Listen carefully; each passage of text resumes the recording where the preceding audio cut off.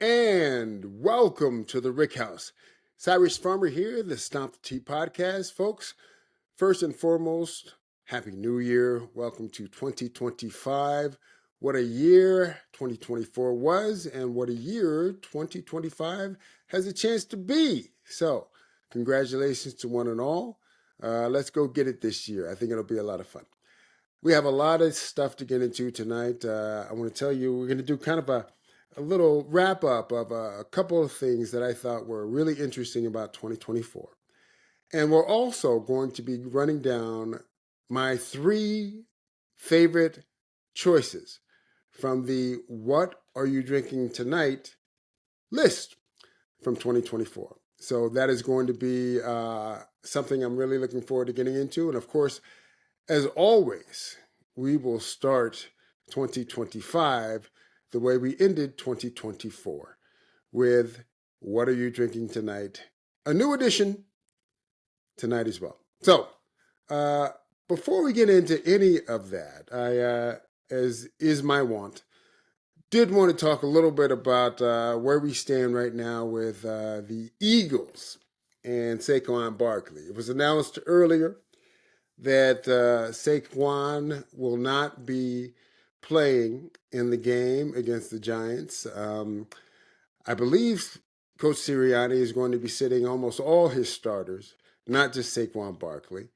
A little bit curious to me. You know, I think I said last week that if Saquon was within 110 yards of the Eric Dickerson record, then you have to probably play him and give him a chance to break that record.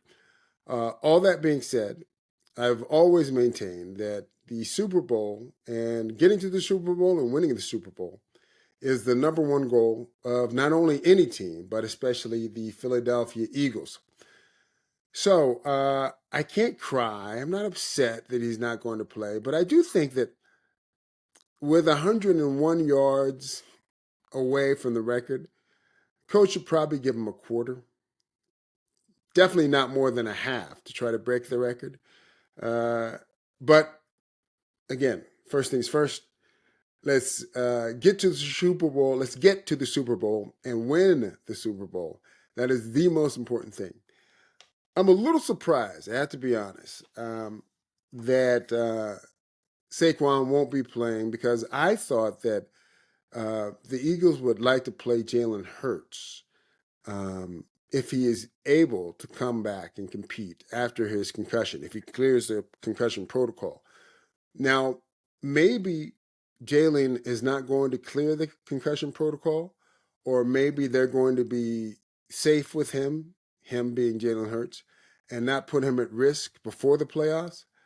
But I just think it would be really smart to get Jalen some reps and some snaps in live action before going into the playoffs. This would be his third game off, and the Eagles, locked in the 2 seed, are going to be playing next weekend, their first playoff game. Looks like they're probably going to be playing either the Rams or the Washington Commanders. I'm sorry, they'll be playing the Packers or the Washington Commanders. Right now, it's currently they're facing the Packers. I don't know. I just feel like you want to give him some reps instead of 3 weeks off. But, what do I know? I'm not a coach in the NFL. I'm not a GM in the NFL. I can only give you my opinion. But I would love to see Jalen get a couple of snaps, even if it's just the first quarter, before facing whatever opponent the Eagles face in round 1 of the playoffs, wild card weekend. But maybe Jalen's not even going to be ready to play. And if that's the case, definitely don't play Jalen or anyone else. I have to say, it would have been nice and interesting to see Saquon take a run at that Eric Dickerson all-time record against his former team, the Giants, in the last game of the season. I know for a fact that he would have broken that record against the Giants. I don't care whether the Giants are playing hard or whether the Eagles are playing hard. Saquon would have been running hard. And I think he would have loved to break that record against the Giants. We'll never see that in all likelihood. But it would have been fun to watch. Again, I can't cry about Saquon not playing because the most important thing is the championship.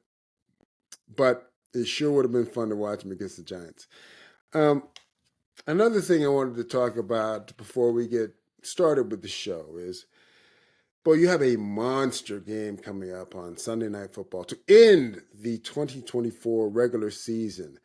Detroit Lions versus the Minnesota Vikings with the number one seed in the NFC on the line. Boy, oh boy, oh boy. What a big, big game. Look, the Lions are a little banged up right now. I shouldn't say a little banged up. The Lions are a lot banged up right now. They have all sorts of injuries, especially on the defensive side of the ball. Uh, if for some reason the Lions don't end up winning the Super Bowl this year, they are going to really look back at what could have been. Because I think the moment Aiden Hutchinson went down, and this sounds crazy, as good as that team is on both sides of the ball, but I think the moment Aiden Hutchinson went down, they lost an edge that could not be replaced. I mean, I think I said this before. I didn't expect Aiden Hutchinson to do much coming out of Michigan. I thought he'd be a good player, but I didn't think he was worthy of being the number 2 pick overall in the NFL draft the year he came out a couple years ago. But boy, was I wrong. I mean, he is such a force. Uh, Literally, I've said this before, but every time Detroit played on defense, about half the time, I'm just watching Hutchinson just to see him get off blocks, just to see how he's going to test the quarterback. He just was a tremendous player. Once again, we hope he comes back healthy. We hope he comes back as some semblance of his former self after the horrific injury that he suffered. But all that being said, when Hutchinson was in the lineup on that defense, I think Detroit had an edge that really could not be duplicated by anyone they were playing. I think Hutchinson is that great of a player. And with their offense and their running game and their passing game and Goff playing the way he's playing, I think if Hutchinson hadn't gone down, almost every other injury that the Lions have sustained to this point on defense, they could probably live with.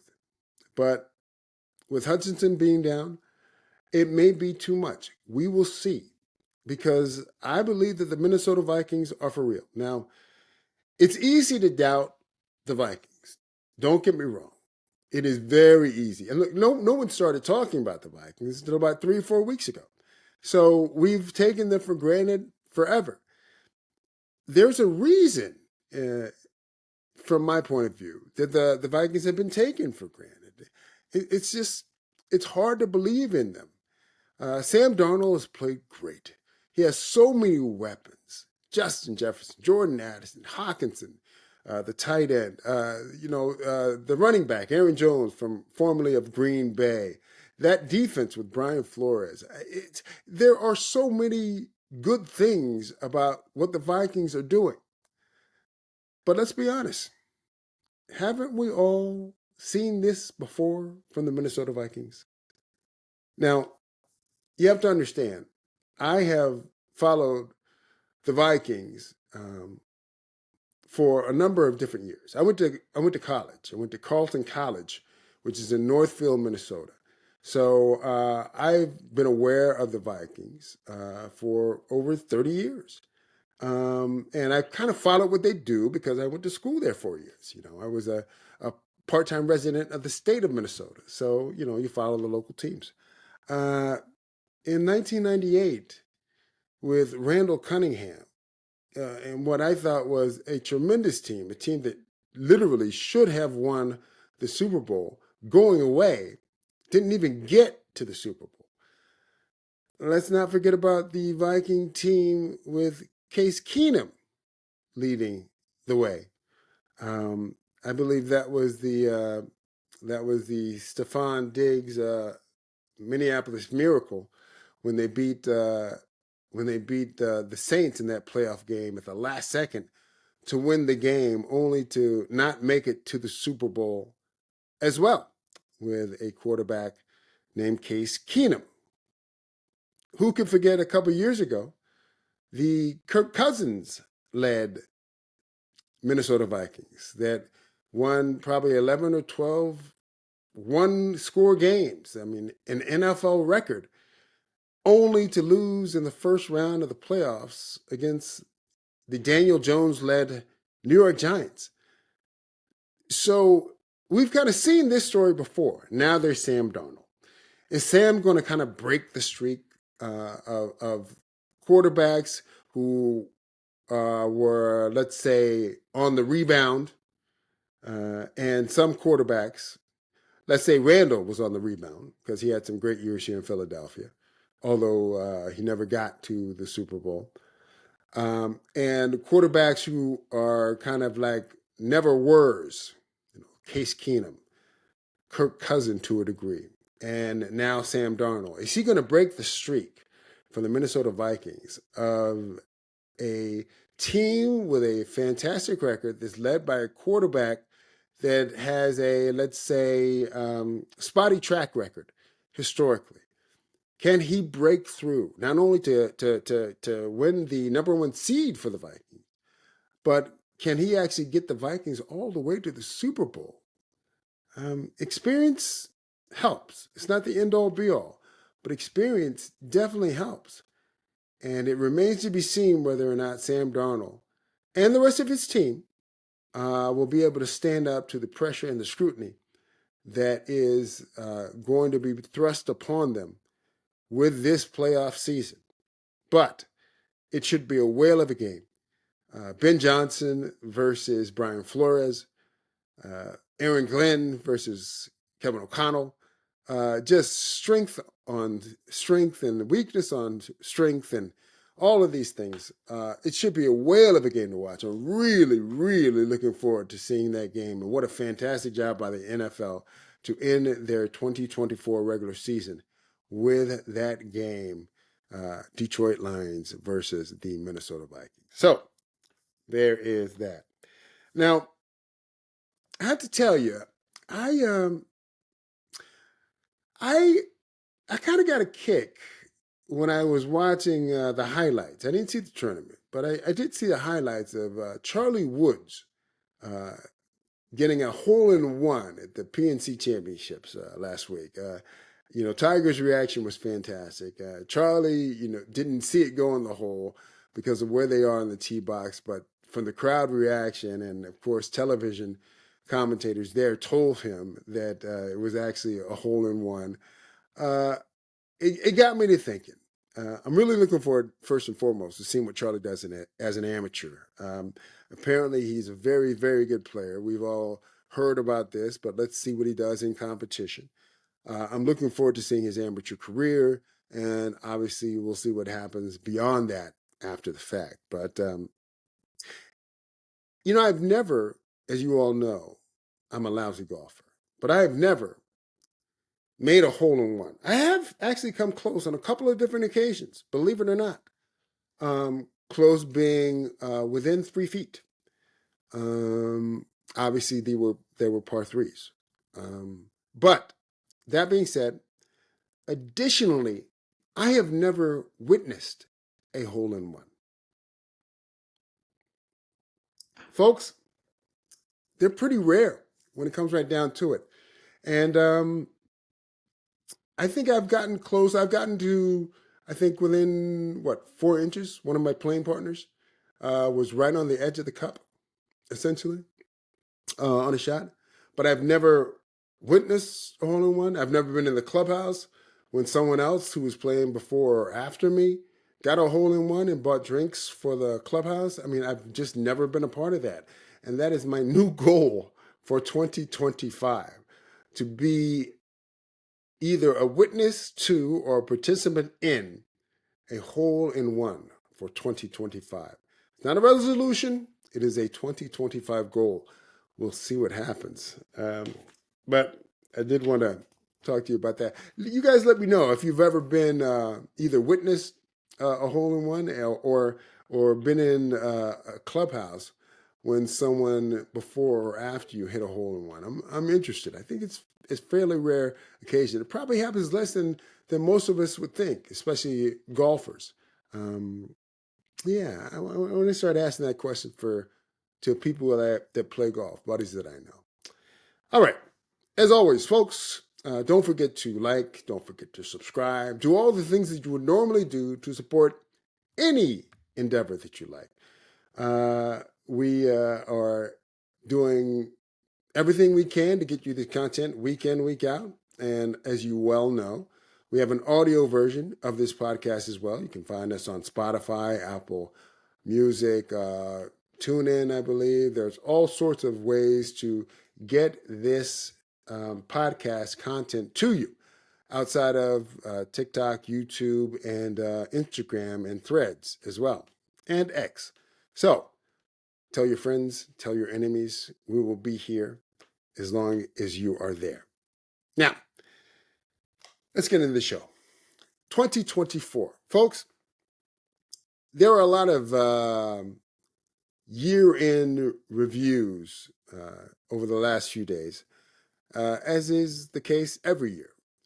What were the biggest news stories of 2024? What were the biggest movies of 2024? Who were the biggest celebrities of 2024? Now, one of the things I found of particular interest were some of the sports headlines for 2024. What were the biggest stories? Some of the things that get mentioned, obviously, are no-brainers. The Dodgers winning their World Series, defeating the Yankees. Simone Biles at the Olympics. Obviously, that was another big, big story. The Paris Olympics themselves, that was also very, very high on the list. Staying with that Olympic theme, the U.S. men's basketball team and Steph Curry's remarkable performance in the gold medal game at the end of that game. That was another moment. Some people mentioned the Chiefs going back to back when they defeated the 49ers in overtime in the Super Bowl. Even you hear a few votes and mentions of the Boston Celtics winning their 17th NBA title. As remarkable or unremarkable, dealer's choice, as that may have been. Obviously, we hear a lot of Caitlin Clark. People talk about Caitlin Clark and her run in the NCAAs and her debut in the WNBA. All big moments, all worthy of note, and all worthy of mentioning. But to me, the number one, and I'm biased because I play golf, but to me, the number one sports story of 2024 was Scottie Scheffler's 2024 season. Folks, you have to look at what Scottie Scheffler did and accomplished in 2024. It was one of the all-time seasons in the history of the sport. I got some stats for you. I want to tell you something. So in 2024, Scottie Scheffler played in 19 events. He made 19 cuts. What does that mean? It means that every event that he played, where there was a cut is when you have to be in the top 70 in ties or within 10 strokes of the lead after 2 rounds in order to play the subsequent 2 rounds. Most tournaments outside of LIV are 4 rounds on the PGA Tour. So he went 19 for 19. He had 16 top 10s, 17 top 25s, and 7 wins out of 19 tournaments. Folks, that is a remarkable record. I mean, he won more than 30% of every single tournament he entered in the year of 2024. That is just very, very difficult to do and impressive. He was a FedEx Cup champion. He was number 1 on the money list. He won the gold medal in the Paris Olympics in epic fashion at a golf course I've been fortunate enough to play, Alstom. Great course. They also won the Masters for the second time. And he went back to back, winning the Players this year and last year, the Players Championship. I mean, it was just an epic all-time season. But I want to put Scotty's season, as great as it was, into context. You know, we talked last week about stats never lying, but sometimes they don't tell the whole story. So the number one total of wins in a PGA season, you know, since they started keeping stats in the modern era, I guess since 83 or whatever, Tiger and VJ share the record for the most wins in one PGA season, and that's 9 wins. All right. Tiger also is in second place. He won 8 times in one season, twice. Now, Scotty, he won 7 times this season, which is tied for third for the most wins of all time on the PGA Tour. He shares that record, Scotty Scheffler, of 7 wins in a season, with, of course, Tiger, once again, and Tom Watson. But that just gives you a sense of how great Scheffler's season was this past year. I mean, he's up there, you know, with immortals, obviously. Now, obviously, the difference is Tiger also won 6 times in a season, twice, and he won 5 times in a season, 4 different occasions. But he's Tiger Woods. I mean, what do you want? Scotty's not supposed to be Tiger necessarily yet. But this past season was as dominant a season as we've seen since Tiger. Easily. So, Scotty Scheffler, congratulations to you. You are my pick for greatest sports moment of 2024 here at Stomp the Tee. Now, as we move on, I do want to get into a little review of some of the whiskeys that were part of our "What Are You Drinking Tonight" segment. It's a very popular segment, as you all know, and it is one that is not going anywhere. We are going to bring that to you week in, week out, regardless of whatever obstacles stand in our way. So obviously, we just started the podcast. I think we started in October. So it is a truncated year. But of the, 12, 13 episodes we did in 2024, I'm going to give you the top 3 whiskeys that I enjoyed the most. And I think you will get a kick out of walking down memory lane. Now, folks, the number 3 whiskey that I enjoyed most in 2024 from the "What Are You Drinking Tonight" list, McFarland's Reserve Cask Strength. Folks, I'm as surprised as you are. I was surprised the day we had it on the show in "What Are You Drinking Tonight." I got to tell you, I tasted all of these 3 finalists over the last week again. And I just really think pound for pound, this McFarland's Reserve Cask Strength is just, it's such a good value. I mean, pound for pound, it is a wonderful whiskey. I mean, it's a wonderful bourbon. It's just really, really well done. I put it on the same level as Elijah Craig. Again, it's the kind of label and the kind of name that you don't necessarily want to shout from the rooftops, but you have to be honest. If I'm putting it in my top 3 for the year 2024, I'm shouting it from the rooftops.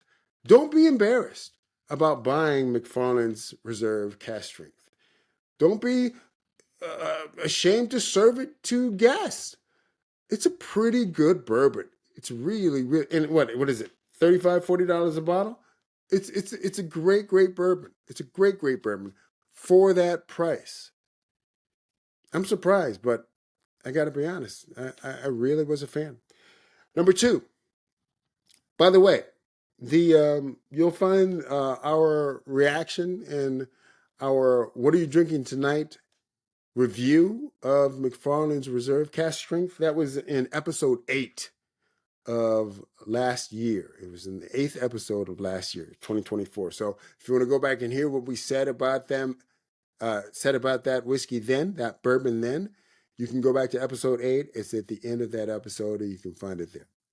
Now, the number 2 choice for whiskey of the year from the What Are You Drinking Tonight list is the Balcones Single Malt Whiskey. That was in episode 11, just 3 or 4 short weeks ago. Why does Balcones make the cut? Well, as I said in the episode, it is a meaty, rich, chocolatey bourbon. And, it is such a high proof, but you don't taste the proof. What you do taste is the richness of this liquid.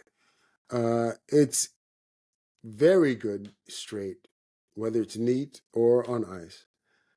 It is unbelievably versatile because you can put it in a highball, whiskey and soda. You can put it in a cocktail, old fashioned.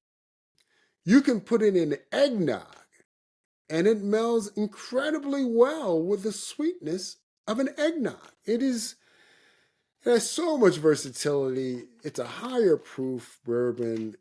It's so well done. It is completely worth your time and effort. The Balcones Single Malt Whiskey. It's cask strength, but it is completely worth having a spot in your bar. Now, what was the number 1 choice for 2024 for Cyrus Farmer here at Stomp the Tea? Well, I don't know if this is surprising or not, but I will say it anyway. The number 1 choice was the debut episode 1 entry for What Are You Drinking Tonight? And that was the New Riff Single Barrel Strength. Folks, I got to tell you, this New Riff, I'm a big fan. And I don't really hide when I'm a fan of anything. You can tell, obviously. But New Riff, they just do a tremendous job. I mean, this is clean. It's higher proof. It doesn't drink spicy. It doesn't hurt you. In some ways, it's the polar opposite of the Balcones single malt. Now, I think in some ways what makes Balcones so rich is the Bardic, obviously. You don't have that with the new Riff. It is literally, it's a higher proof bourbon, very clean, very sharp. Literally one of the best drinks you're going to have, neat or on ice. It is completely worth becoming a fan of, and I am, surprisingly or not, a fan of New Riff. So you should consider it. Now, folks, in this truncated version of the show tonight, we are at my favorite part of every show, where I get to ask you a question. So I will ask you right now. What are you drinking tonight? Well, I can tell you what I'm drinking. Tonight I'm drinking, drumroll please. That's right, the Sir Davis Rye Whiskey by Beyonce. Folks, I'm going to give you some information about this, and I will tell you what I think about it. Let's start off with the basic fact. Sir Davis is distilled in Indiana, and it is finished, blended, and bottled by Davis Hogue Distilling Company in Houston, Texas. What does that mean? Well, for anyone who's followed this show, it's pretty obvious what that means. They are sourcing their whiskey from Indiana, probably from MGP. Who knows? Does it matter? No. It's just a statement of fact. Now, I got the bottle for $80. So it's $80 a bottle. It is 44% ABV, which is 88 proof. And it has a strange mash bill, because the mash bill on this, it's a rye whiskey. It's labeled as a rye. But the mash bill is 51% rye, 49% malted barley. Now, why so heavy on the malted barley, you might say? Well, apparently, Beyonce is a big fan of Japanese whiskey. This is, the rumor around the globe. Beyonce can't get enough of Japanese whiskey. So they wanted to craft a whiskey that kind of reflected her taste. And I have to tell you that before we get into what I think about it, this does not taste like a traditional rye at all. It tastes much more like a malted barley. It tastes like Japanese whiskey. So before we get into any further into that, I want to tell you that this Sir Davis, it's a partnership with Moet Hennessy, and they put one of their master blenders, Dr. Bill Lumsden, on the case with Beyonce to craft this whiskey and present it to the public. Now, the whiskey, obviously, I shouldn't say obviously, because you may not know. Sir Davis whiskey is spelled Whisky. There is no E in the spelling of whiskey for Sir Davis whiskey. And most people think that is because of Beyonce's professed love for Japanese whiskey, which follows the Scottish tradition of spelling whiskey without an E. It is named for Beyonce's grandfather, a man named Davis Hogue. Apparently, he was a moonshiner. It's Beyonce's great-grandfather. My bad. Beyonce's great-grandfather, a man named Davis Hogue, who was a moonshiner, apparently in Alabama. And he would hide bottles of his product in tree stumps for friends and neighbors to grab whenever they needed more hooch. Like any great whiskey, any great bourbon, a good story never hurts. So that is the story behind Sir Davis. Now, apparently it was in a number of tests. You'll see this all over the place. A number of blind tastings where it was entered without knowledge of it being distilled, produced, made by Beyonce in association with Beyonce, and won several awards, apparently, which is fine. I mean, I think if I were Beyonce, I would submit it blind as well. You want to see what people think about the actual juice, not the name behind the juice. I got to tell you, the aroma, when you smell it, it's a very spicy aroma. It's striking how spicy it smells. You can smell the spiciness, you can smell the alcohol, and it's only 88 proof, but it comes to the nose very spicy. But it doesn't taste nearly as spicy as it smells. And if you put some water or you put some ice in it, I got to tell you, it opens up the whiskey. It practically eliminates the spice altogether. It's very, very interesting. It's sweeter on ice than it is neat. when you put one cube in there, a couple of chips, however you decide to non-neat your whiskey, uh, it literally becomes very sweet, yet it still remains savory taste wise. It's surprisingly complex, a little funky, both in smell and taste, but it's like a great stinky cheese, like Talagia or one of the other greats, Poisse, I guess. Uh, you can tell and you can taste the Japanese influence in the glass. I mean, with or without water, you can definitely taste more like a malted barley drink, whiskey, I should say. Now, I got to tell you, this bottle, gorgeous.